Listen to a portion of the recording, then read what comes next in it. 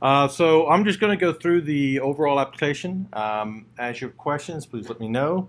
I have a script, which I will probably not stick to. Um,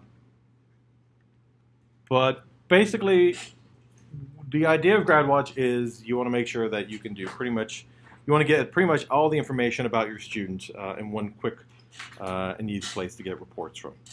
Um, the goal is to have everything that you could get and find in MyPack and SIS and be able to present it here in a much faster and colorful manner. When you first log in, you're presented with the dashboard. At the moment, this is primarily going to be looking at application information. Besides the application information, and you'll note in this case, we've just gone through an application process, so most of these have all been reviewed already. Besides that, you'll also, if you are a faculty member, you will see students you've been asked to have a look at for applications, or students that you are an interim advisor for, or that you have been asked to review.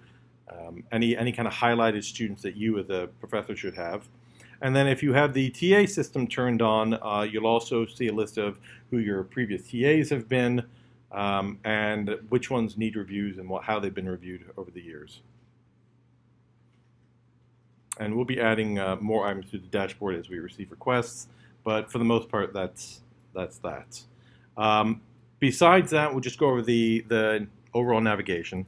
GradWatch is divided into the application side of things, so this would be all your, applicants. Students, which would be all your current students.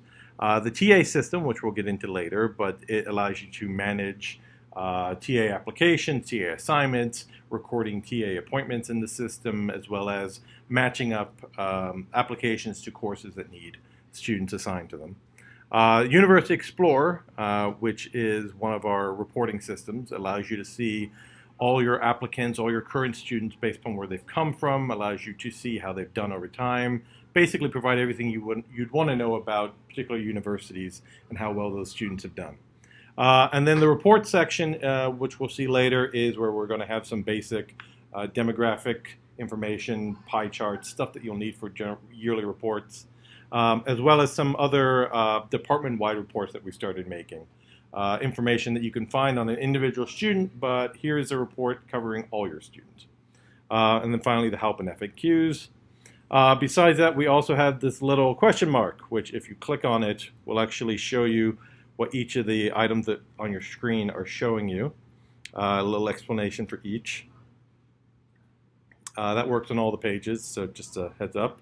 And then on the far right, you're going to see your name and the department. Some people will have access to multiple departments. This is where they can go to change that particular department that they're looking at.